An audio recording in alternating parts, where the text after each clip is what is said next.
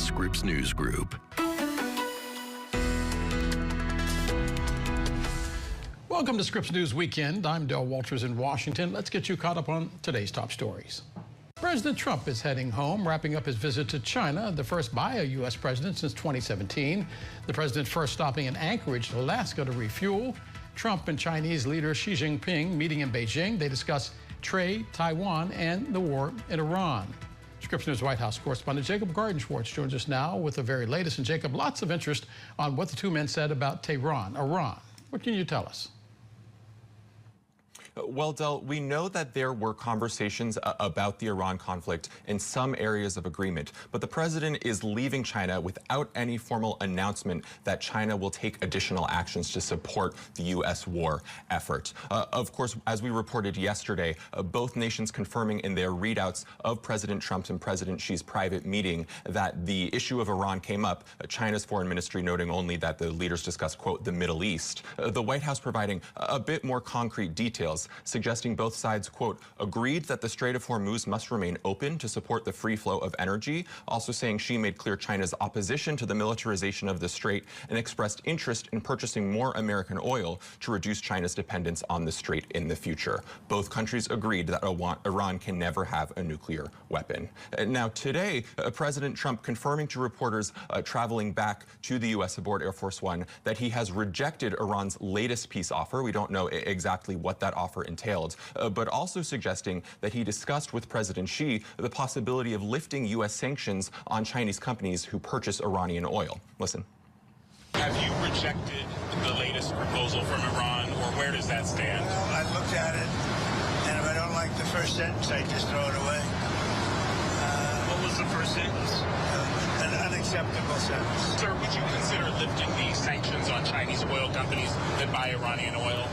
Well, we talked about that, and I'm going to make a decision over the next few days. The president suggesting he'll make a decision in the coming days about lifting those sanctions. If he were to do so, that of course would benefit Chinese companies purchasing the oil, but also Iran itself, who of course wants to offload a number of its oil products that have thus far been prevented from being sold due to those U.S. sanctions. So overall, we do know that there are some agreements on key principles about the war. Both nations confirming that they oppose Iran's use of nuclear weapons. They support free flow of transit through the Strait of Hormuz, but China not committing any sort of, military support to the United States as an effort to open up the Strait of Hormuz. Certainly something we'll continue to monitor, as right now it remains effectively closed. Though. Jacob, when he last talked about it, he said that fragile ceasefire with Tehran is on life support. What can you tell us now about the status of the conflict more broadly? That's right. Well, at this point, it appears that the negotiations to bring about some sort of long-lasting end to this conflict are essentially at a standstill. You heard the president say that he rejected Iran's latest offer. We also heard from Iran's foreign minister today, who said that his country has, quote, no trust in the United States, accusing Washington of sending contradictory messages during the negotiation process. And now the foreign minister, importantly, not saying that, Iran is pulling out of negotiations altogether, though he did say that Pakistan's role mediating this, ceasefire negotiations has been, quote, in difficulty.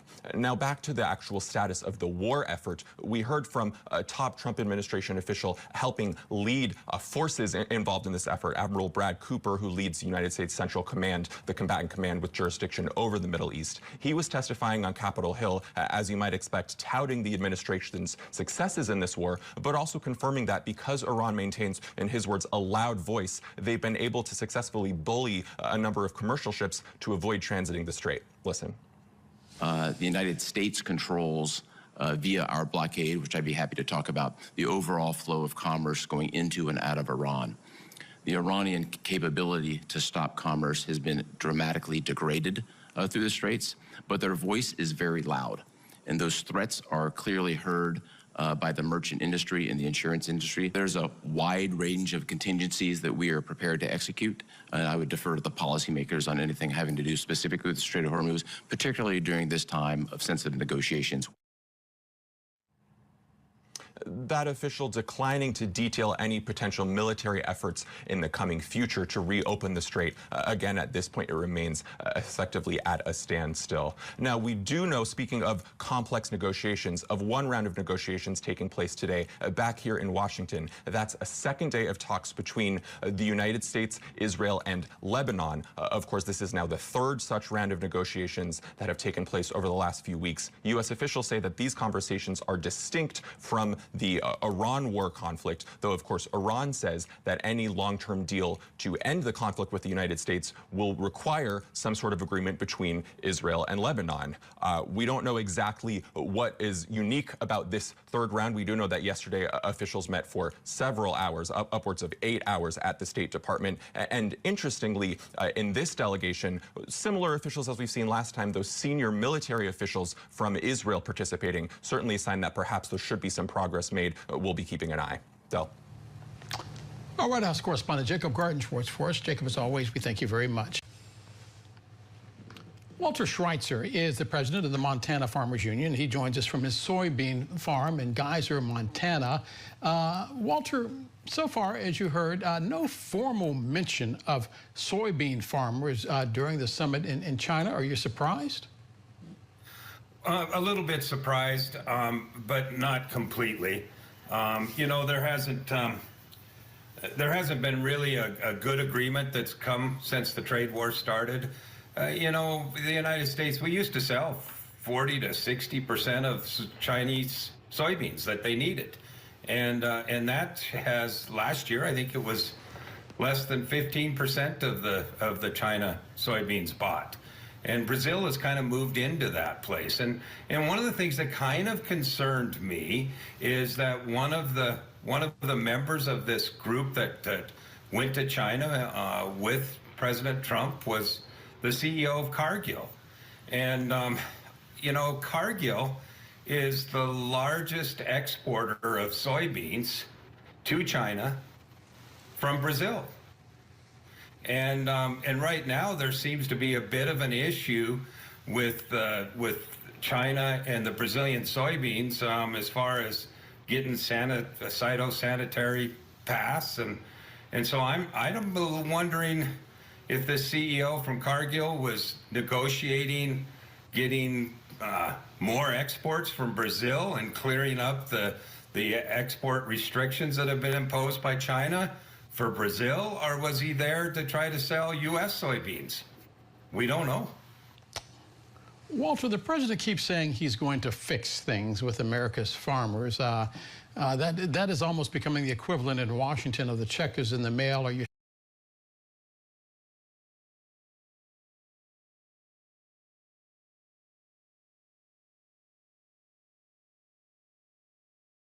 starting to feel betrayed by the administration? Well, a little bit, yes. You know, there's been a lot of talk about talking about, but we really haven't seen much in results. And right now it's, you know, you can only store soybeans for 1 to 3 years. You need to get it delivered to market. And you know, we're just all planting soybeans right now, but come this summer, this fall, we're going to have to start harvesting, and we need room in our storage facilities to be able to handle this year's crop. And so it's becoming an urgent problem. We need to get these soybeans sold and delivered.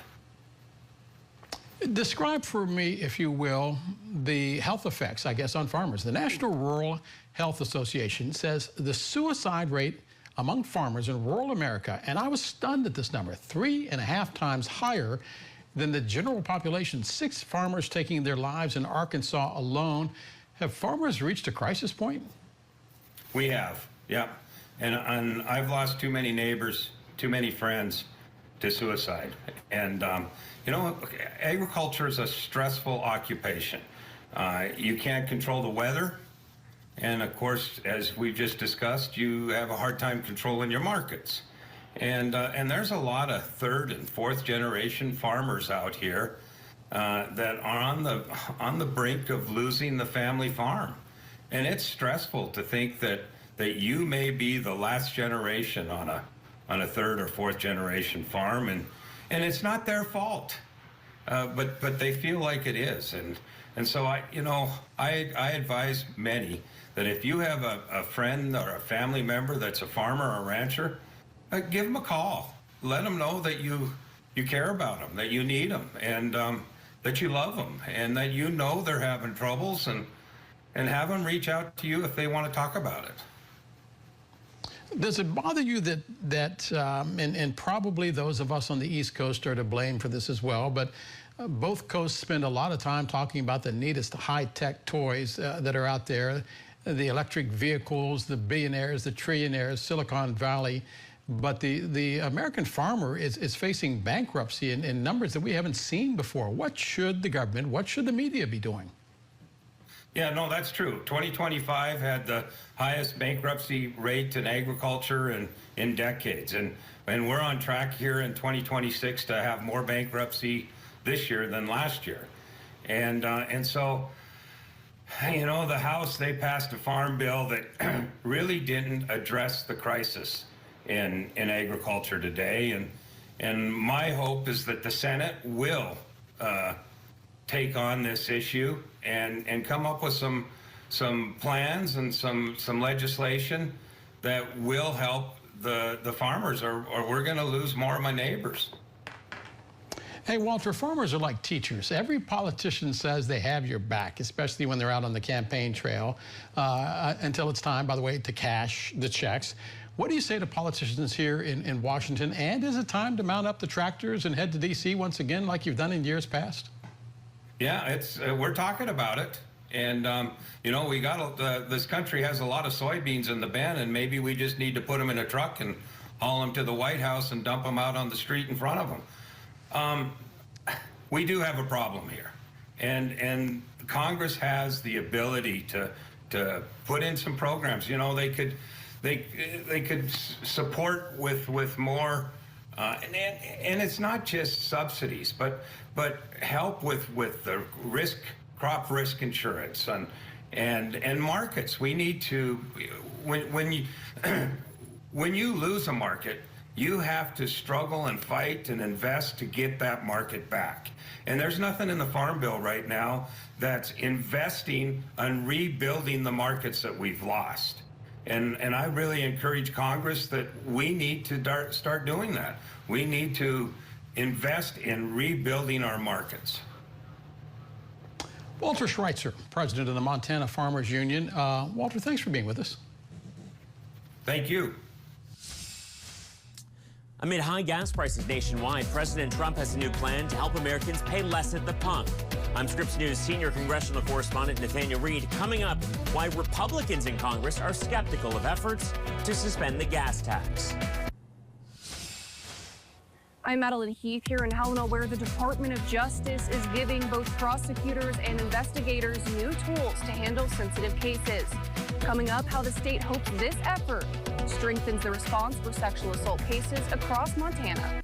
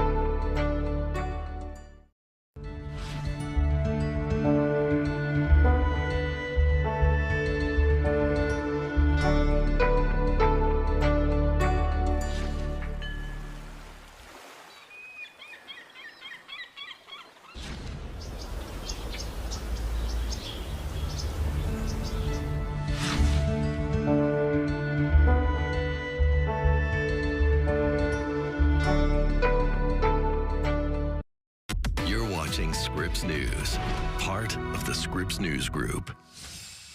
Amid stubbornly high prices at the pump, President Trump earlier this week proposed suspending the 18.4 cent per gallon federal gas tax. The goal, bringing down the cost to fill up, estimated this week to be above $4.50 a gallon on average nationwide, according to AAA. But the proposal would require an act of Congress. Some Republicans in Congress, though, are not convinced by Trump's argument.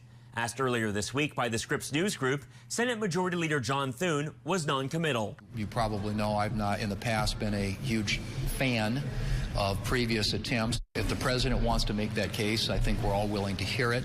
President Biden made a similar proposal unsuccessfully amid high gas prices to suspend the gas tax ahead of the midterm elections 4 years ago, which saw the Democrats lose control of the House of Representatives. But this year, Republicans, who are seeking to retain or expand their narrow majorities, say the move could have serious repercussions. It's an artificial deflator, right?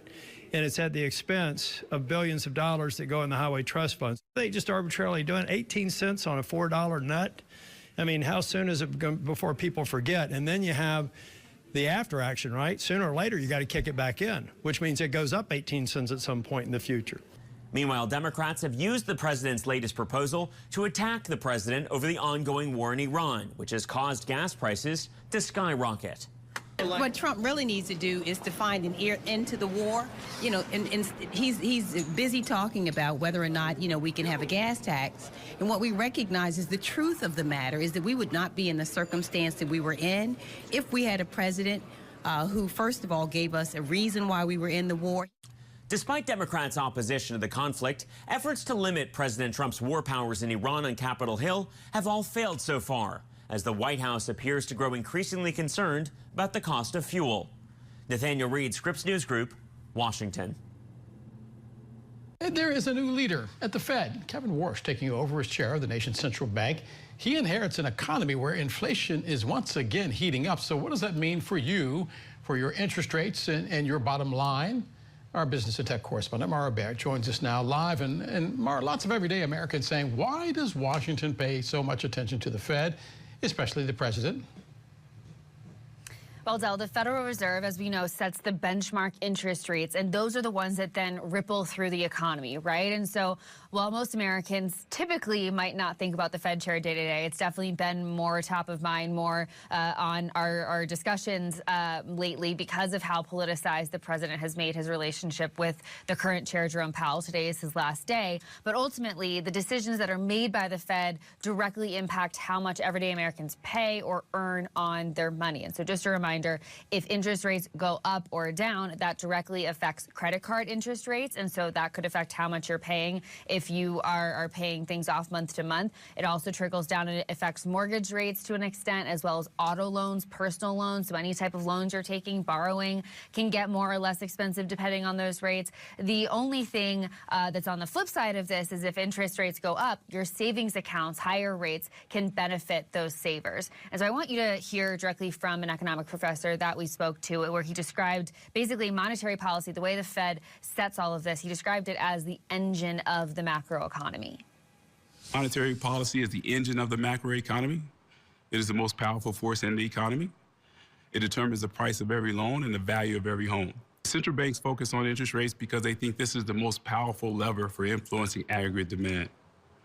So by adjusting interest rates, the central bank can influence spending and investment decisions, and therefore influence the overall economy. And so the leadership here really matters because even though there's a board of governors that ultimately vote each meeting to decide what they're going to do about interest rates, the chair themselves help shape how aggressively or cautiously the Fed decides to respond to inflation or economic slowdowns. They're also the face of the Fed, as we've been tracking. Jerome Powell does those frequent press conferences. That could ultimately change once Kevin Warsh takes the lead after today. But ultimately, they do need that support of Board of Governors. And so there might be some workflow shifts, there might be some communication shifts as well, but this is definitely going to be a significant changing of the guard after 8 years of Jerome Powell as chair. Amara, no secret President Trump says he wants interest rates cut, but inflation, as you mentioned, just came in a lot hotter than expected. Kevin Warsh is going to be under pressure right out of the gate. Yeah, it puts Kevin Warsh in a very difficult balancing act between the political pressure and the economic reality that we're facing, right? We know President Trump has publicly said that he would be disappointed if the new Fed chair doesn't cut rates right away. But as we covered earlier this week, the new inflation data shows that prices are rising at the fastest pace that we've seen in nearly 3 years. And so the Fed has to make this delicate decision about whether they hold rates, they may raise rates, but basically any chance, economic analysts tell me, of cutting rates would be a very poor decision at this time. And so that's something that Warsh is going to navigate, because cutting them too soon could ultimately risk making inflation worse. Now, during his nomination hearings, Warsh did say that monetary policy independence is essential. So he was signaling that he intends to act independently, but he's also criticized how inflation is measured. And so he suggested that he may rethink how the Fed evaluates its economic data. And so that could kind of acquiesce to what President Trump is looking for, too. But I think the key takeaway from all of this is, regardless of who the chair is, any hopes of cheaper borrowing might be fading in the near future, Adele. Our business and tech correspondent, Mara Barrett, live for us in Denver. Mara, as always, we thank you very much.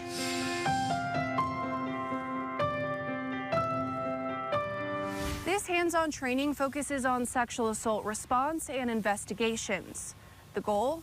To improve communications between different agencies, build stronger cases, and better support survivors as they go through the legal process. This is a problem that's real. It's happening in our communities.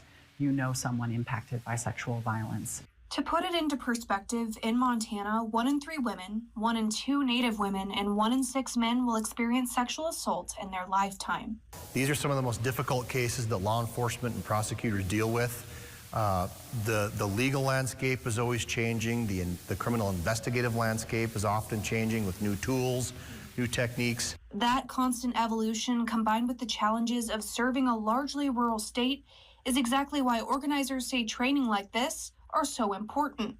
More than 100 law enforcement officers and prosecutors came together to learn new strategies and strengthen collaboration across agencies. Sexual assault, for the most part, is a pretty similar crime in the essence of where it happens, the elements of the crime. But what really dictates the response to it is the resources that are available. The training covers everything from interviewing techniques and improving documentation for county attorneys to building courtroom skills and handling different types of evidence. What we can do better in the state is just what we're doing now, bringing resources together, talking about collaboration, and frankly, law enforcement, one of the biggest things that we need out in the field is that continuing education. And organizers say the work goes far beyond this 2-day conference. Over the past 2 years, the program has expanded to include forensic nursing training, while victim advocates continue working to bridge the gaps between a survivor's healthcare experience and the legal process that follows. And everybody involved in these roles as a professional capacity, we have to be humans too. So meeting survivors where they are across the board. Sometimes that's good days, sometimes that's bad days, sometimes that's just listening and being a quiet support. But organizers say the biggest goal behind trainings like this is making sure survivors feel supported every step of the way. Doing the best we can to support everyone in their recovery journey, whatever that looks like for them, that's the goal. Madeline Heath, Scripps News Group. We are getting some insight into the issues Pope Leo will focus on, the first American Pope and his first encyclical. What is that? We'll explain coming up.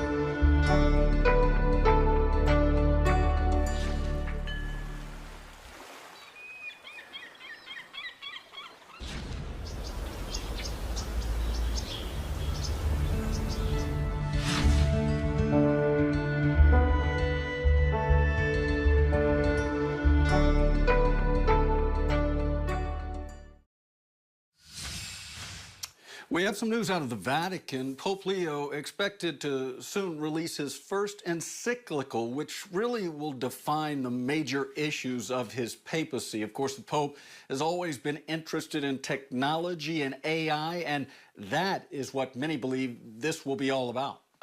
In his first year, Pope Leo, who earned a degree in mathematics from Villanova, has talked often about artificial intelligence. In fact, so much, Time magazine including him in its 2025 list of the most influential people in AI, calling the Pope a top thinker and spiritual counterweight to the emerging technology. This is a centuries-old institution, and that, right after we see the advent of chatbots and ChatGPT and such, just a couple years later, he's going to be weighing in with a major encyclical is really impressive. I think it's very fitting that American Pope is weighing in on what mostly has been, American innovative technology. Following in the footsteps of his predecessor, Pope Francis, who was instrumental in the creation of formal AI guidelines and monitoring structures at the Vatican, including a 13-page policy which says in part, technological innovation cannot and should never overtake or replace human beings,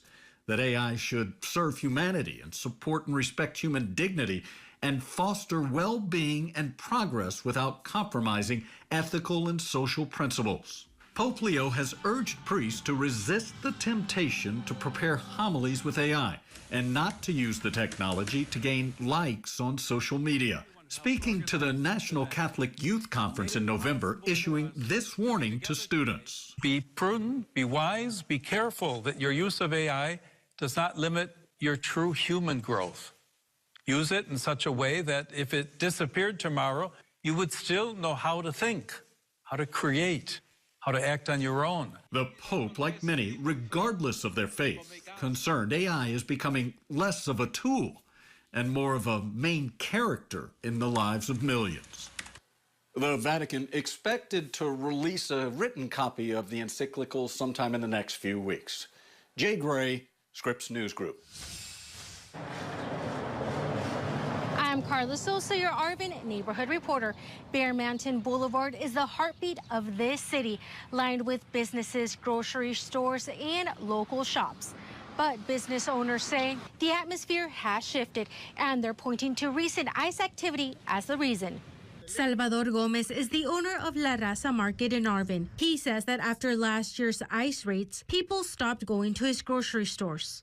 Gomez owns multiple stores in Arvin, describing a growing culture of fear, adults avoiding public spaces and sending their children to buy groceries instead. As a way to help out people living in fear, they bought a van to make home deliveries, but still, that's not enough. Porque créame que como negocio, no es negocio. Trust me, as a business, it isn't a business. I tell my employees as long as I make enough for their salary, I'm okay with not making a profit. But if one day I can't pay them, then I'll have to make another decision. As fewer people venture out to shop, the city collects less in sales tax. Adding to Arvin's financial strain, the city is already staring at a $1.4 million budget deficit for the new fiscal year. In a previous interview, City Manager Jeff Jones said immigration uncertainty, tariffs, and rising gas prices are all slowing economic growth here. This marks the first time a city in Kern County has publicly linked immigration to its economic downturn. Business owners in Arvin say they're hopeful conditions will improve and that shoppers will come back.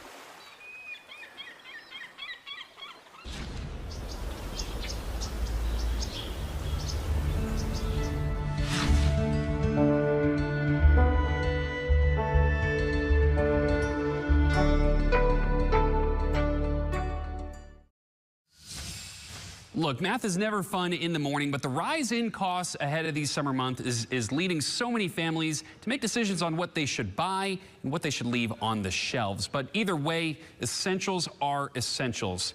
People around our area and around the country are looking for that relief. Ahead of summer break, when school lets out and kids are eating at home every day, costs are rising, not just at the gas pump, but for everyday food, both that are essentials for thousands across the Tampa Bay area. I'd rather spend it on other things than the grocery store, but I mean, you kind of have to spend the money here, so non-negotiable. Food has seen about a 3% spike from this time last year, which is not nearly as high as the 28% change in gas prices. But that spike is more recent, with the war in Iran starting in March. 26 of that 28% hike has happened in just 2 months. So if you're paying 31% more on gas and food, that's when families have to cut back. We really love going to Disney as a family, so we try to make that a bit more of a thing for gas in our budget. It's very expensive to buy meat, so now I don't buy beef anymore. I just buy chicken, and of course, me and the wife, we're going the healthy way. It seems like if you go more vegetables, it seems to be a lot more affordable. Chris Jones is an economics professor at USF. He says costs across the board can come down when energy cost comes back down. Our goods and services have to be shipped from wherever they're manufactured to the retail outlets or the warehouses. So anytime your transport costs and your manufacturing costs go up, it's going to impact the cost of the items. For now, finding discount grocery stores or buying only what you need could save you money ahead of the summer months. I think things are going to get better. It's just a matter of time. As Americans, we have to tighten our belt a little bit and get through this. Circling back to that 31%, if you put it into perspective as about $100 a week on gas and groceries and adding another $31 on top of that, over the course of a month, you see it add up. Over the course of a summer, you got to start cutting out on those extra trips, all that fun you want to have with your kids. But again, gas has only soared in the last few months. Either way, though, with that, you start to get a picture on where these numbers are coming from and what could also lead to them coming down. In more parts of the United States, households earning $100,000 a year are being considered lower middle class. A new report by Moneyline shows a household income of $100,000 would put families in a dozen states into that category. And those states include Massachusetts, New Jersey, Maryland, Hawaii, California, New Hampshire, Washington, Colorado, Utah, Connecticut, Alaska, and Virginia. Massachusetts had the highest mark for being considered in this category as households who brought in just over $116,000, now considered lower middle class. You can see just how hard it is for a school teacher or a first responder to find an affordable property, especially if household incomes are below $75,000. This report comes around the same time there was no change in interest rates from the Federal Reserve. With prices at the pump and at the grocery store skyrocketing, consumers are feeling the impact. As the high prices remain higher longer, it's going to force businesses to pass along those increases. Despite the Federal Reserve's decision, the latest Commerce Department data shows growth to the economy to start the year. I'm John Matarese. With the high cost of gas and downtown parking, think of what you spend on commuting. Well, now think of how much you might save carpooling. I'll explain.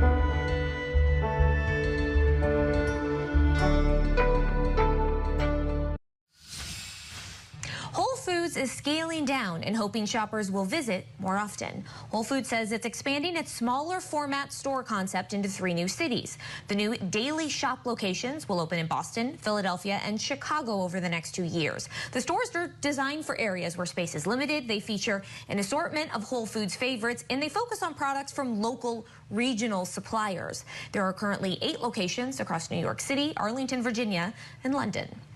Chick-fil-A is famous for being closed on Sundays, giving their employees a day of rest. But the U.S. government is suing one of the fast food chain's franchisees, claiming religious discrimination when it allegedly denied a worker Saturdays off. The Equal Employment Opportunity Commission says that's the Sabbath day for her denomination.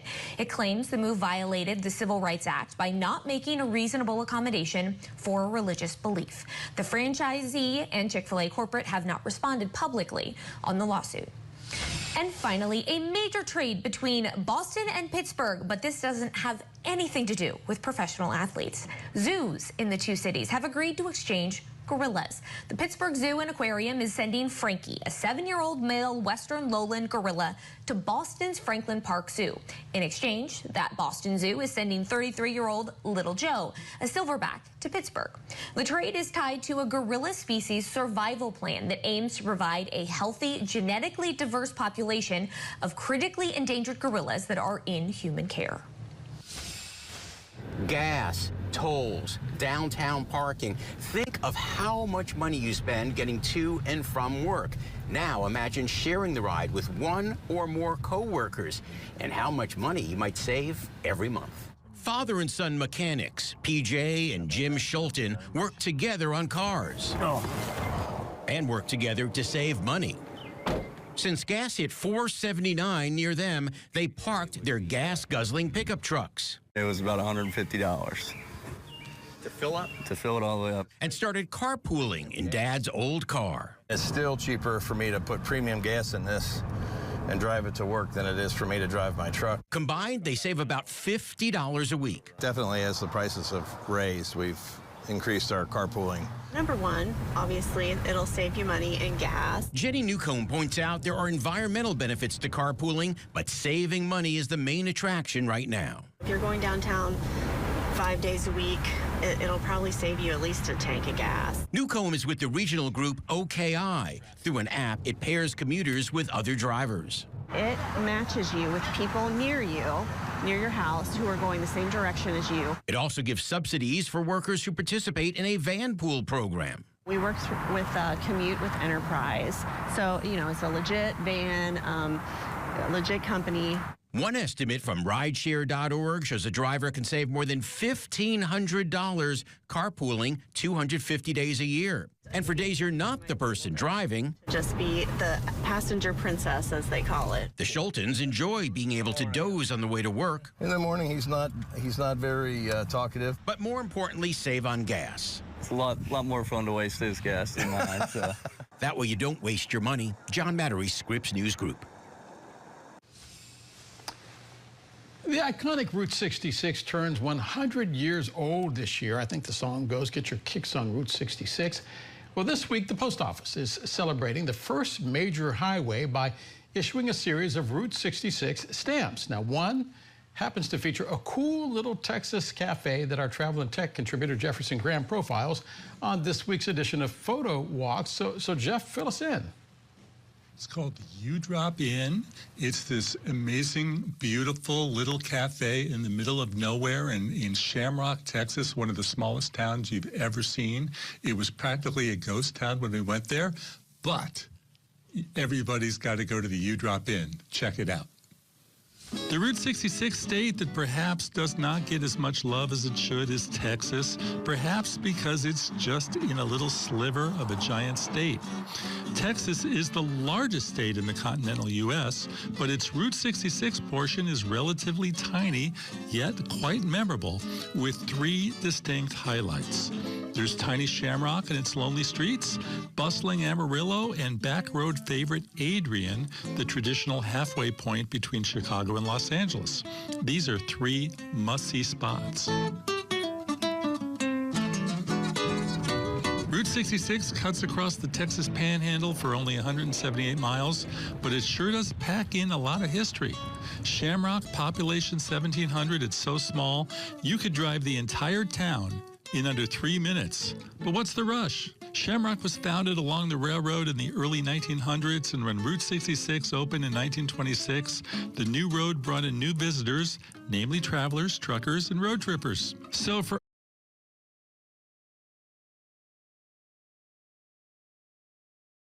us, after crossing into the state from Oklahoma on our Route 66 journey, we're going to begin right here in Shamrock, which happens to have one of the most photographed buildings on Route 66. Her name would be the U-Drop Inn, built in 1936. If it looks familiar, well, there's a good reason for that. Animators from Pixar used this exact building in a model for Ramona's Body Shop in the movie Cars. It's also one of the few Route 66 icons to become immortalized by the United States Postal Service on the 2226 series of Route 66 postage stamps. All righty, pretty cool stuff. When you showed that, I was thinking of Cars. My grandkids have watched it only 16 million times, but what else can we find on Route 66? Well, in Texas specifically, you've got the Cadillac Ranch, which are those 10 Cadillacs buried on the side of the road. Everybody wants to go see them. It's free. It's cool. It's different. What they told me at the U-Drop Inn, I wasn't familiar with this, but is that we needed to get a can of spray paint and tag the cars. It's something that people do there every day. And so we went and bought a can, and then we went to town spraying the Cadillacs, only to find out that actually, you don't have to spend $10 for a can of paint because many people just leave a half-empty can by there, and you can just pick it up. So that's one, that's Amarillo, and then there's Midpoint in Adrian, Texas, where it's right in between Chicago and LA, and lets you know you got a lot more to drive if you're doing the entire drive. And as you know, I did drive from Chicago to Los Angeles, 2,448 miles. It's a long drive. Jeff, you might want to drop one of those shirts in the mail for me. They look kind of cool. Our travel and tech contributor, Jefferson Graham. Jeff, thanks. And by the way, can't wait to see where you're headed next week. And a reminder, you can catch a new episode of Photo Walks every Sunday morning at 10 a.m. Eastern Time, 9 a.m. Central Time. Must-see TV.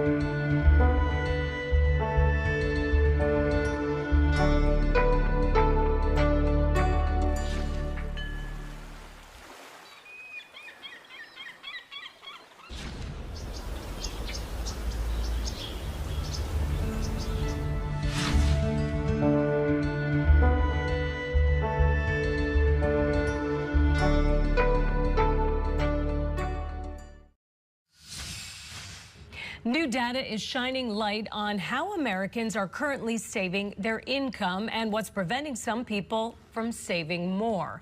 According to NerdWallet, about 1 in 5 of Americans who are employed don't know what portion of their income they're regularly saving.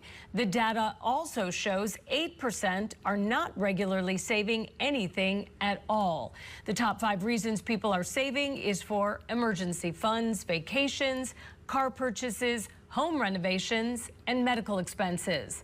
The top 5 reasons preventing people from saving more is due to needing to pay off debt. Their income may not be high enough, or cost of essential needs are too expensive, economic uncertainty, and having to support adult kids or parents. 15% of Americans say they would feel safer having all their money in a savings account instead of an investment account, while 10% are holding on to more money in their accounts because they don't know where to put it.